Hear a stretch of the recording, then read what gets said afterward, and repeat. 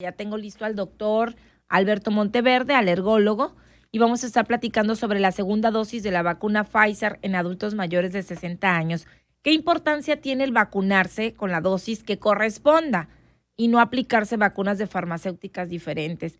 ¿Y qué importancia tiene también la vacunación en mujeres embarazadas? Porque, pues bueno, como sabemos, ya hay una invitación a registrarse. En el caso de Hermosillo, no empieza. De hecho, a partir de mañana empieza la vacunación a las mujeres en estado de embarazo allá en Guaymas, porque esto va a arrancar allá después del anuncio la semana pasada de registrarse personas en este sector. Pues, doctor, buenos días, ¿cómo está? Gusto de saludarle.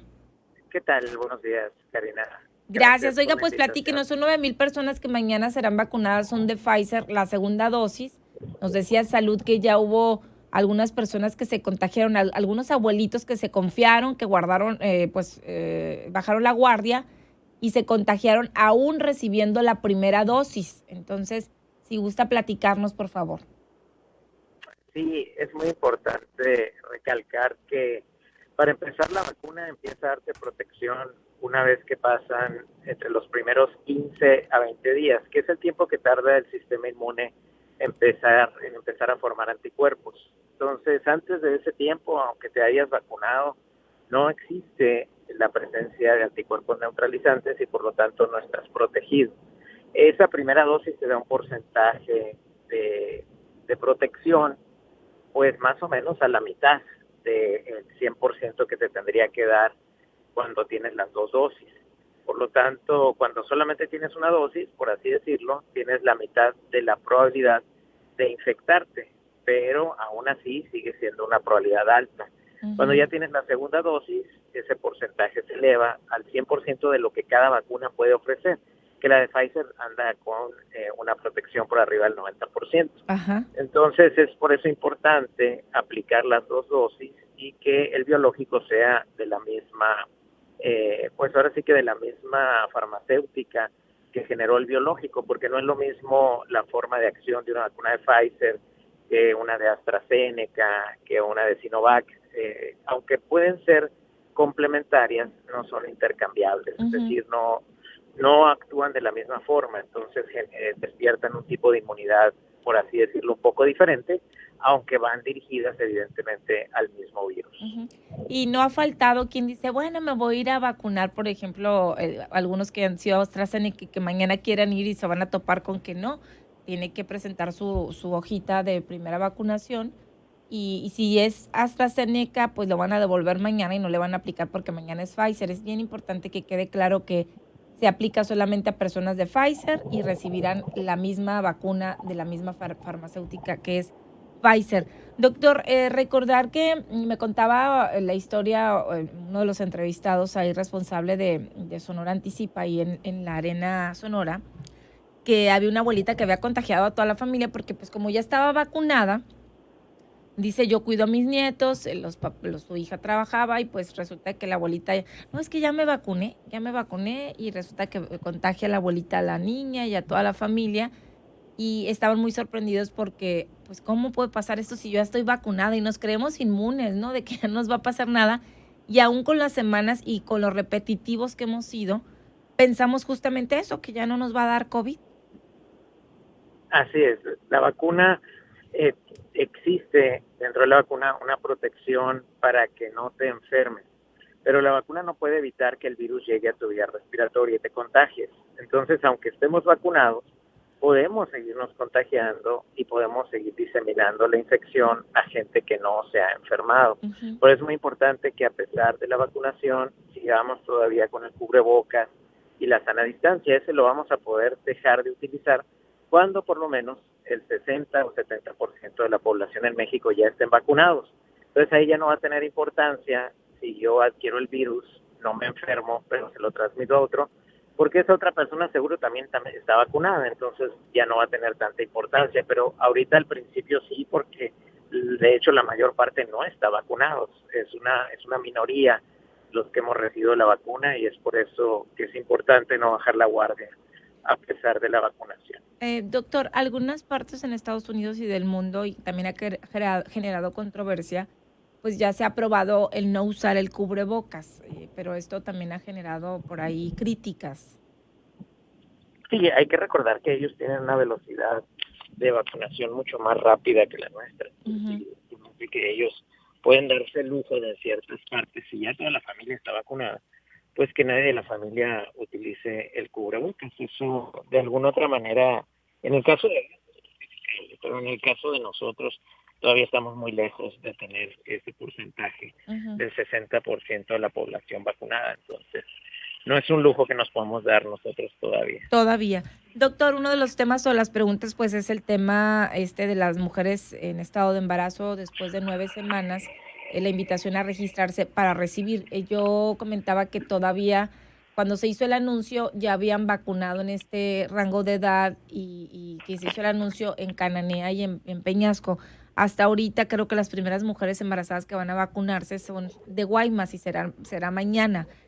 Platicarnos por qué es importante y también pues veíamos muchas mujeres de la Ciudad de México y de otras partes del país que aún con miedo pues fueron y recibieron la vacuna. ¿Por qué es importante vacunarse, doctor, en este estado? Es importante recalcar que, aunque si bien es cierto, no existen estudios de ninguna de las vacunas estas que se están probando en embarazadas, porque en fase 2 pues no se prueban en pacientes embarazadas porque se busca pacientes sanas.